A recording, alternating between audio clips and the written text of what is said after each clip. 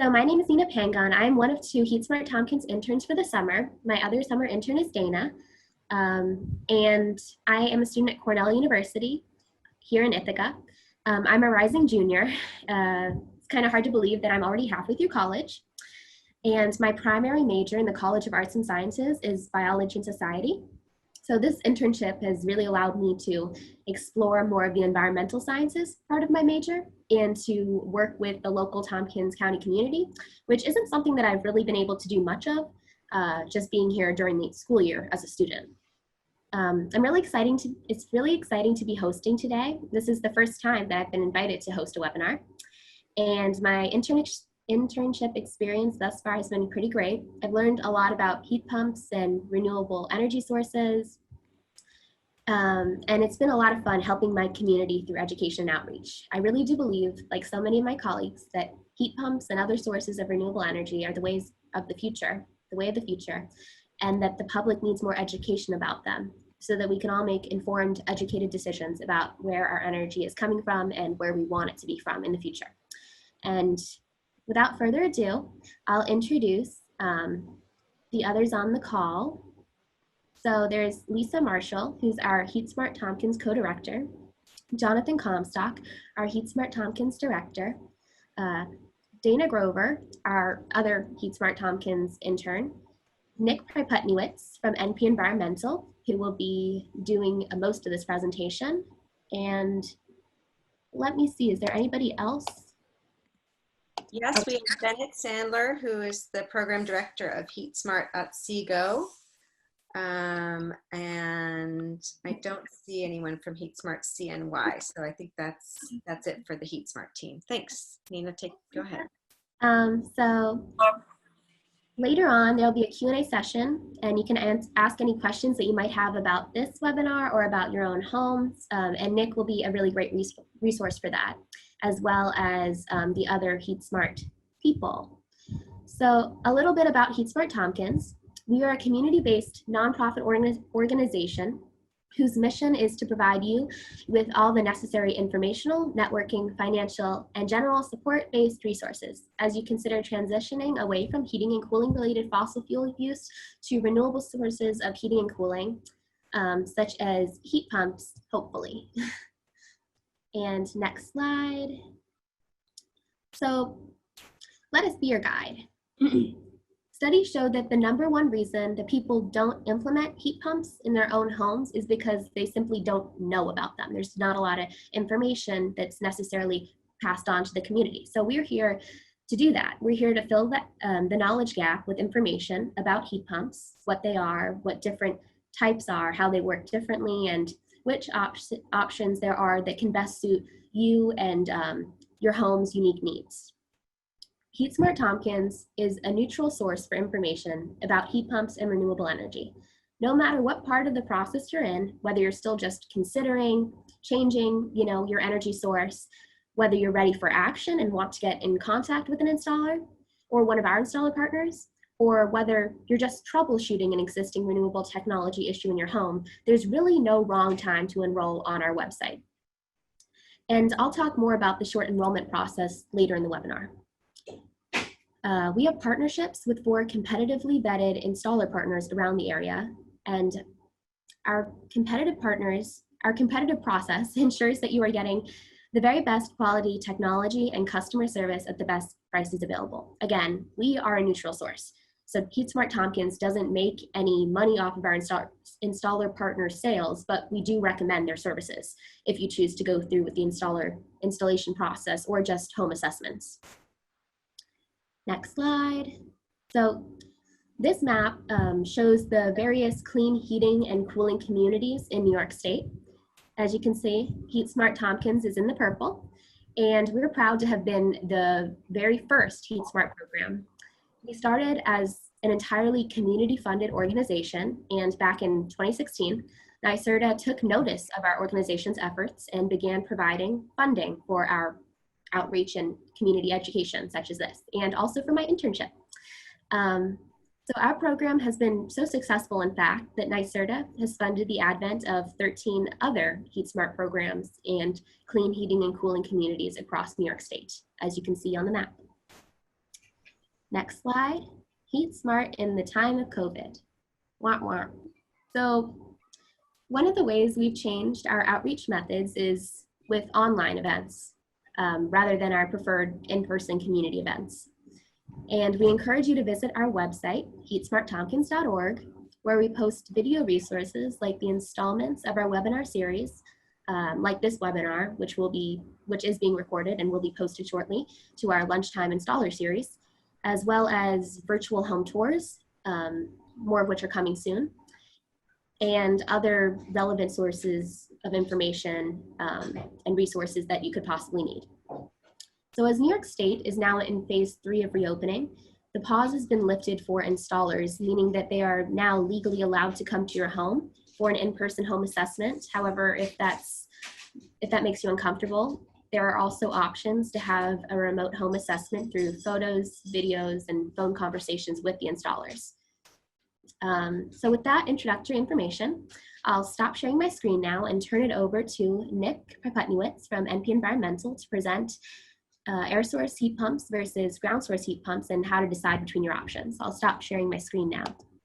All right, thanks for the introduction. I'll switch over, Nina, and share my screen so we can go through the presentation that we put together. All right, so we are NP Environmental. My name is Nick Pryputniewicz. I'm one of the owners. The other owner is my wife, Janelle. And one of the topics that I wanted to discuss today, I think it's a good topic, and sometimes it takes me a little bit of time to figure out what I really want to present. And we like this opportunity to be able to present because it helps us to convey information through the HeatSmart program, and they set up a nice platform for us to speak about this. So I wanted to talk about air source heat pumps versus ground source heat pumps. Now, we get a lot of questions around which one's better, or which may be the best solution. So I figured that it would be a good presentation to do today. A little bit about NP Environmental. We started back in 2004. After graduating school, I spent a lot of time in the mechanical industry. My father was in the construction industry, and I always had a passion for mechanicals and how assemblies went together and different buildings operated. And every building is different. I mean, every place I walk around, it's amazing to me the different types of construction that there are and how the different buildings perform. So for us, I enjoy the designing aspect of it, the build aspect of it. We like the application side of things. I really like to see a project go from start to finish. And for us, we specialize in heat pumps because we know it's the best technology. And when you look at my bullet point there, 250 to 400% plus efficiency, it's a question we get all the time. It almost seems unfathomable. And you look at applications, we do residential, we do commercial, and we've been working with heat pumps since day one. And our HeatSmart community involvement is very important because for us, we truly believe in the educational aspect of it. Years ago, initially in the heat pump industry, the education just didn't exist. It's technology that's been around a long time, but the information hasn't been out there. It really wasn't put on the table as an option. You have all these different options, and heat pumps were never included. And now when you bring in air source heat pumps, ground source heat pumps, different forms of distribution, it's difficult to make a decision.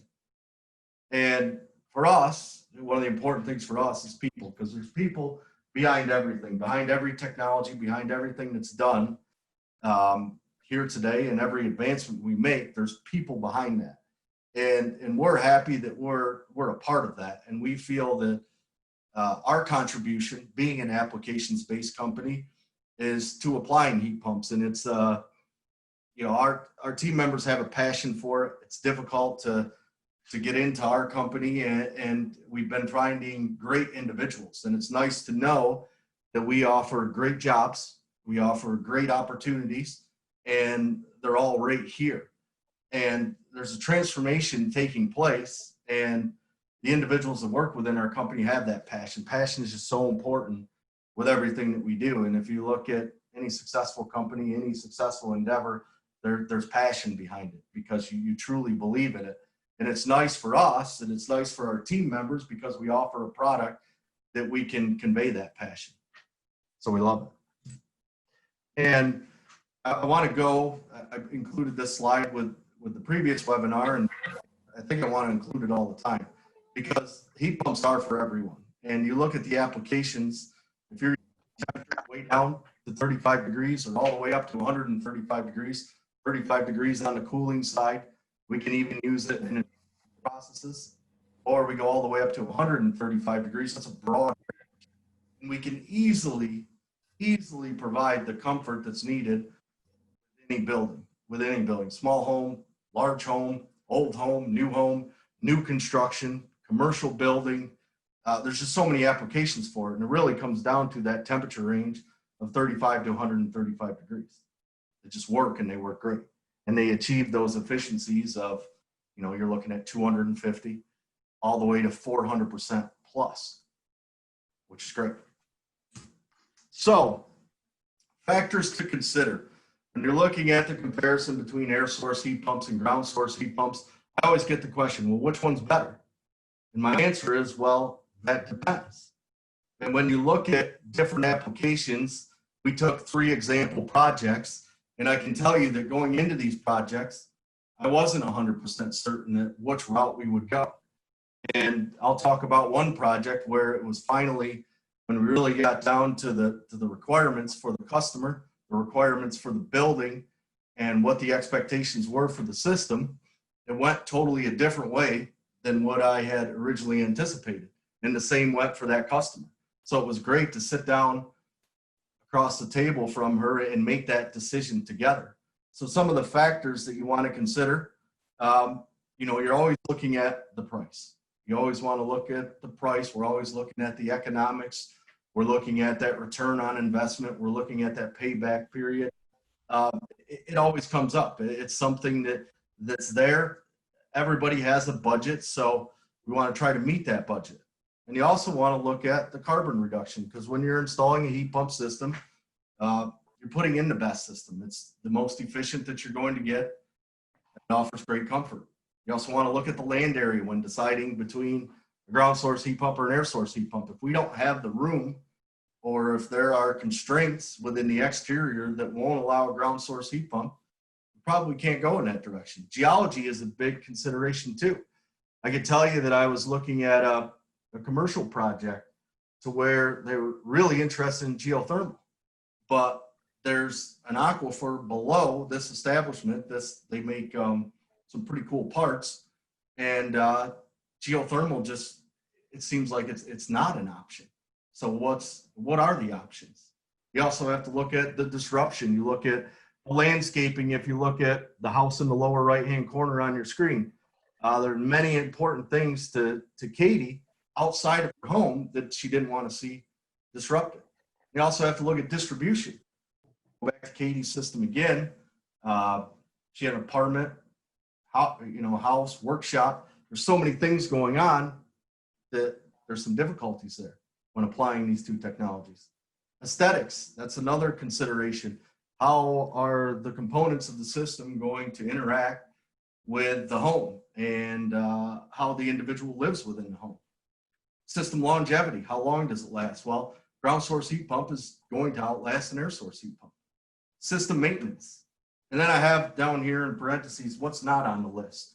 And this is a question that I'll ask, and I'm hoping individuals will give me some feedback because we're constantly learning every day. But one thing that's not on the list is which one offers the better comfort. And both of them offer great comfort. It really all depends on what the expectations are and how we can line up with all of these different things in order to determine which technology is best for you. So I'll start with Katy Payne's home. I gave you a little brief introduction. You have the house, workshop, and you have an apartment. And then you have the house, which is forced air distribution. You have the apartment, which was hydronic distribution, heating, baseboard. And then you have the workshop that had baseboards. So like it really wasn't, it was just kind of put there in order for, heating in the workshop area. And then other thing to consider, exterior aesthetics, key factors we ask the questions.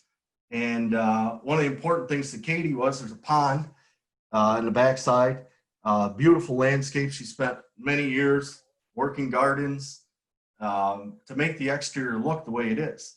And I'm thinking, how am I going to put a geothermal loop field around the exterior of this home without disturbing the requirements from the customer? And then also the other factor, cooling and humidity reduction. It's in her workshop. She builds violins. I mean, she spends a ton of time on. I mean, we were there and she's working on them. And these are, wood is the main material used to construct these. So humidity control is important for her in the workshop. So the challenges, we look at those challenges. We have 2 separate HVAC units. The distribution, we have ductwork that really isn't in great shape. And then we have a baseboard distribution system in the other portion. We have the exterior disruption. We have the exterior aesthetics. Then we have the cooling and humidity control. How do I apply the cooling and the humidity control with a ground source heat pump system? So what we ultimately decided, and we put numbers together for both the ground source and an air source heat pump system. And I sat down with Katy myself, and we both looked at each other and going through all the constraints, what we call them constraints, looking at all of those different components, we decided that together that an air source heat pump was the best solution for it. And the reason that we decided that was, the number one factor that we looked at was the exterior portion, because there is a disturbance. You saw in the previous slide, the ground source heat pump system, there's disturbance to the backyard, there's disturbance to your landscapes. So looking at that, we had to consider that. And we couldn't really access with equipment or anything without disturbing what was important to her. And then the other factor we're looking at is we had 2 separate distribution systems. So we're looking at a forced air, we're looking at a hydronic. How do we take a ground source heat pump? Not that we can't do it, but how do we apply that, but also meet the goals financially for the project and meet the goals for the exterior aesthetics? It just couldn't be done. So we decided on, a multi-zone air source heat pump system.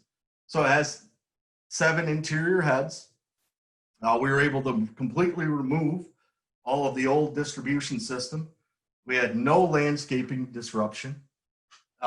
We addressed the heating, cooling, and humidity throughout, because all of these are individually zoned. So we're able to meet all the criterion that she wanted to meet, that she had set out for us in order to install the system. Total system cost, you're looking at $31,000. Now, you may be thinking, geez, that's a lot of money, Nick. Wow, that's expensive. And then I've got payback period here as immediate. And I've got a little star there. And there's a reason that I have that there too. Because she had a system that needed to be replaced on both sides. They were nearing the end of their life cycle. The duct system for the home was inadequate, dirty, very dirty, it just wasn't a clean system. That would have to be upgraded. I needed cooling. So when you look at the numbers to upgrade a conventional system, and now this is only one component here that we're talking about too. When you look at those numbers, upgrade to a conventional system, and you do the math, and then you see what the expectations are for the customer in order to meet those goals, she was spending about $4,000 a year on propane. Believe that number is pretty close to accurate. That's a lot of money. A lot of money to just be throwing out, $4,000. And you're not even meeting the needs of the customer because you don't have the cooling, you don't have the humidity control. If you have an imbalance in distribution, the workshop, there was just no application of dehumidification at all in the summertime. And it seems to me for an individual spending that much time in the workshop, building these violins, beautiful works of art. I mean, just the attention to detail and everything. So when you ask me what the payback period is, well, number one, there is a payback period, because when you compare it to any type of fossil fuel system, that phrase doesn't even come into the equation. So it's immediate for this application. And you look at the benefits of this type of system, not only to the consumer, but to society as a whole, the created jobs here locally. It's just tremendous. So next project, Jan Falls. This is a cool project. And the reason that I like talking about this project too is because when I walked into this project, Jan's first response to me was, Nick, I can't afford a heat pump system. It's just way out of my price range. I said, well, Jan, let's take a look and see if that's the case. And what I found when I entered the home was a distribution system that was in great shape. She had a failed fossil fuel burning unit, so she had to do something. She already had the quote lined up. The price was about $9,000 to go conventional. Domestic hot water, we run a 2-tank de-superheater system, buffer tank, electrified tank, fed by the geothermal. She had an extra tank already there, just waiting to go in. She wanted reduced operational costs because propane's expensive and reduce her carbon footprint.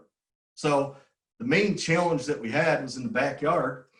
We had somewhat limited space in order to put a loop field in. So what we did was we take a look at the geology, we take a look at the space required, we look at the requirements for the home to match up the loop field, and it turns out the solution for her was a ground source heat pump.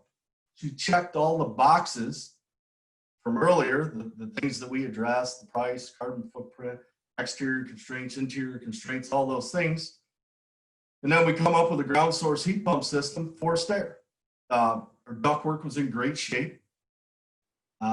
Everything was just there. It was ready to go. It was an easy switch. And then by the time we ran the numbers, if you look at the bottom, you're talking about $15,000 after incentives, and we were able to finance the project through NYSERDA with a payback period. Now, when you say payback period, this is simple payback period. You apply the math, you look at the savings and what the cost of the system is. So you're looking at 6 years. But if she upgraded to a conventional system, you're looking at that $9,000, so she'd have to spend that anyway, but she wasn't getting cooling. So how much weight do you put on that portion of it, the advantage of cooling? Because it's funny, because a lot of homes I walk into originally, installing ground source heat pump system, air source heat pump systems, cooling, we don't need cooling. Every home I walk into, when it's 85 degrees, high humidity, it's 75 in the home, low humidity, and nice and comfortable. That cooling is running and it's operating, and it's a nice feature there, super low cost, and it's a benefit. So when you talk about the payback period, can you really put a price on all the things that a heat pump system offers? There is a payback period. That phrase does exist. It's just simple. It's there. Then the comfort that it offers, the jobs that it creates, the carbon reduction, the life cycle of the system, the amount of money saved over a number of years, it's the better way to go. So when you bring that into the equation, I think that's a conversation that needs to be had, because if you look at investments in, comparison, maybe electric vehicle, look at how much less maintenance, less moving parts. Less moving parts means less failures. So you look at that and wow, geez, this is going to last quite a long time. It's going to reduce my operational costs. Many different ways to produce electricity can be done efficiently and done clean. Jonathan Miller's home. This is another cool project. Jonathan, I had originally proposed because his steam boiler, was potentially on its way out.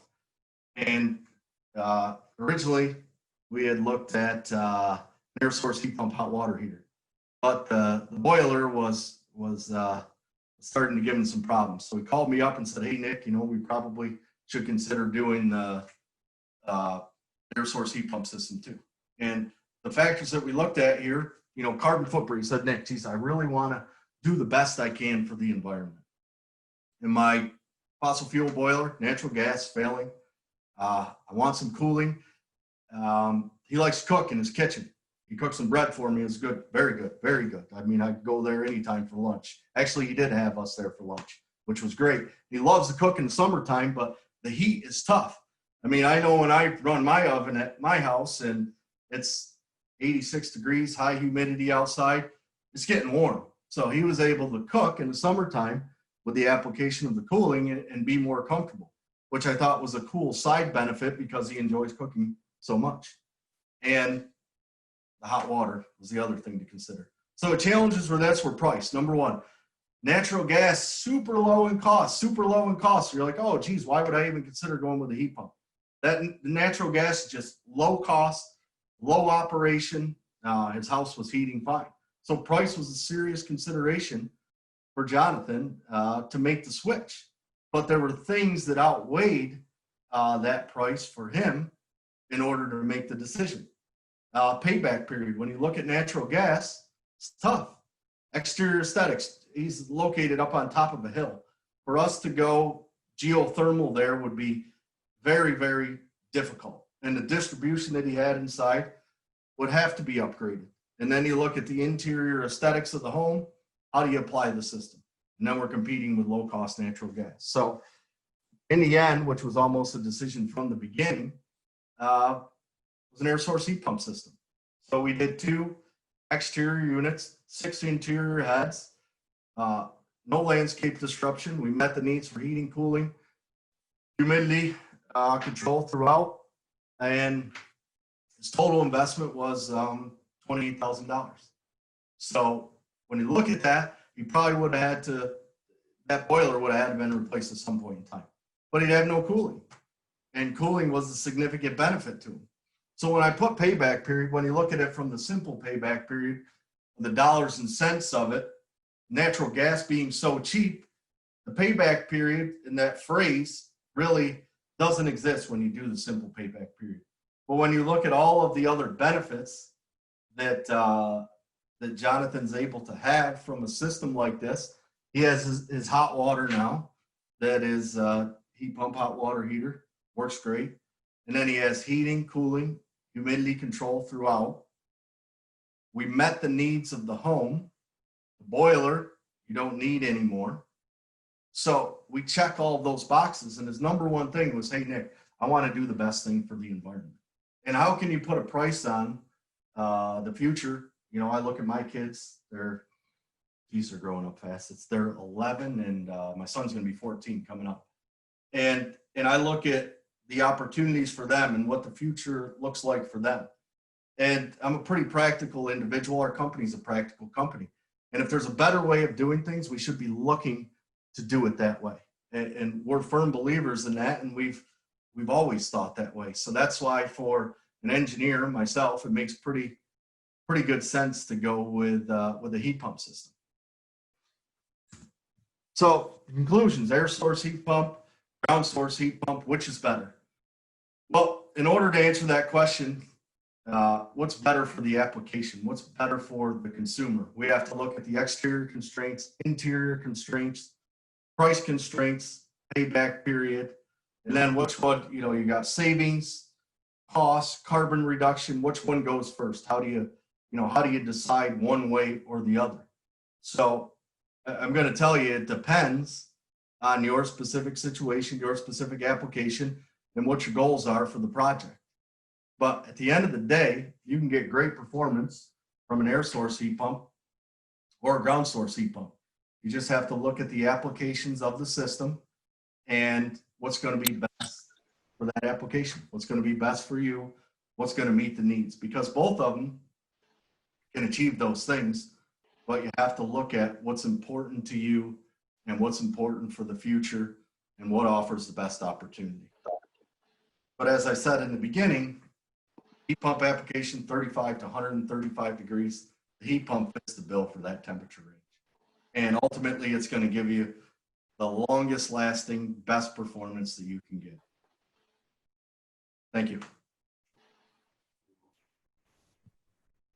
Thanks, Nick. That was a really great presentation. Thank you. Yeah, heat pumps really are for everyone, and it makes it clear there that different homes pose unique challenges, but that those challenges can be met with different options for heat pump installations and operation. And now I'll go ahead and share my screen and talk about Before we move into our Q&A session, just to make everyone aware that there are 3 other installer partners. And today you heard from NP Environmental, from Nick. We also work with Halco Energy, Snug Planet, and the newest addition to our installer partner team, Daily Geothermal. And we're very happy to partner with these great companies. They've all been put through a rather rigorous vetting process to ensure their excellent customer service and their use of the newest, highest quality heat pump technologies. So the next step would be, we now invite you to take this step of beginning a relationship with HeatSmart Tompkins by enrolling on our website, heatsmarttompkins.org.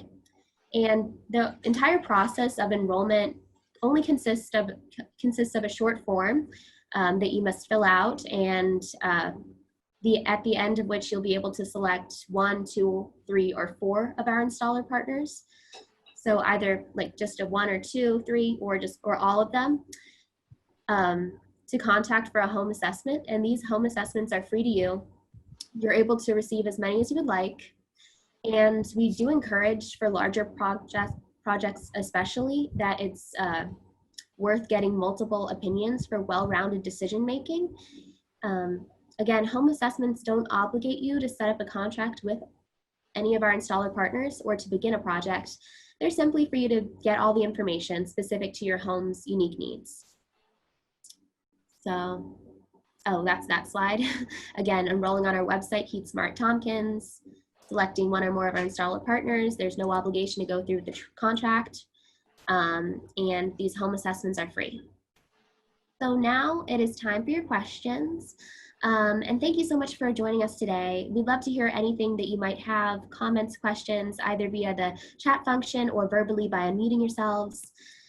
Nick and our HeatSmart Tompkins director and co-director will be able to answer any questions you may have. I'll stop sharing my screen now.